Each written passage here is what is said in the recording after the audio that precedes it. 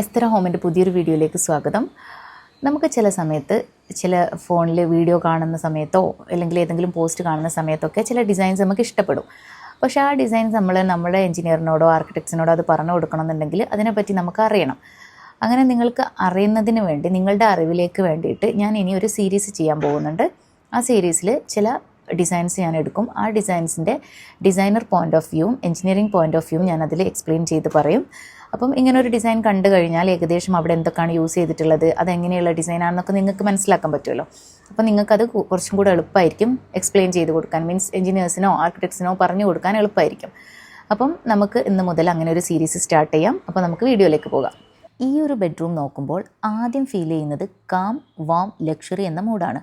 ഇവിടെ bright colours ഒന്നും use ചെയ്തിട്ടില്ല. Beige, sandstone, natural wood colour, ഈ കോമ്പിനേഷനാണ് മുഴുവൻ റൂമിനെയും പീസ്ഫുൾ ആക്കുന്നത്. ബെഡ്റൂമിൽ റെസ്റ്റാണ് മെയിൻ പർപ്പസ് എന്ന് നമുക്കറിയാം. അതിനാൽ കണ്ണിനെ ഡിസ്റ്റർബ് ചെയ്യുന്ന ഷെയ്ഡ്സ് ഇൻറ്റൻഷ്യലി അവോയ്ഡ് ചെയ്തിട്ടുണ്ട്. ബെഡിൻ്റെ പിന്നിലെ വോളാണ് ഡിസൈൻ്റെ മെയിൻ ഹൈലൈറ്റ്. കളർ ചേഞ്ച് ചെയ്തിട്ടില്ല, പക്ഷേ സോഫ്റ്റ് ടെക്സ്ചേർഡ് ഫിനിഷ് ഉപയോഗിച്ചിട്ടുണ്ട്. വാൾപേപ്പർ അല്ല, ഹെവി പാനൽസ് അല്ല, ടെക്സ്ചർ കൊണ്ടാണ് ഡെപ്ത് ക്രിയേറ്റ് ചെയ്തിരിക്കുന്നത്. ഇതുകൊണ്ട് വാള് ഫ്ലാറ്റായി തോന്നില്ല, പക്ഷേ ഓവർ ഡിസൈൻ ആയതുപോലും feel ഉണ്ടാവുകയുമില്ല.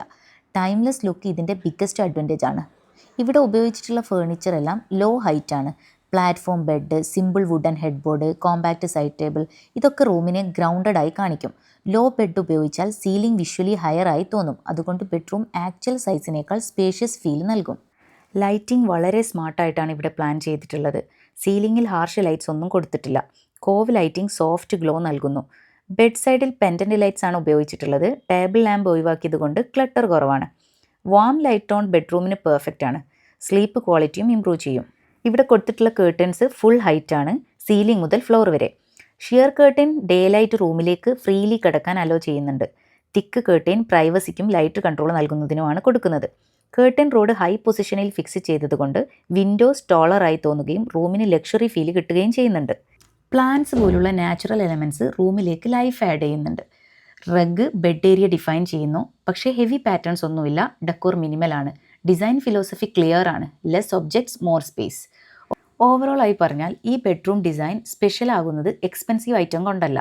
Right colours, right proportions, right lighting, ഇതെല്ലാം കറക്റ്റായി കമ്പൈൻ ചെയ്തത് കൊണ്ടാണ് hotel like calm premium feel കിട്ടുന്നത്. ഗുഡ് ബെഡ്റൂം ഡിസൈൻ എന്നത് ഷോ ഓഫ് അല്ല, കംഫർട്ടാണ്.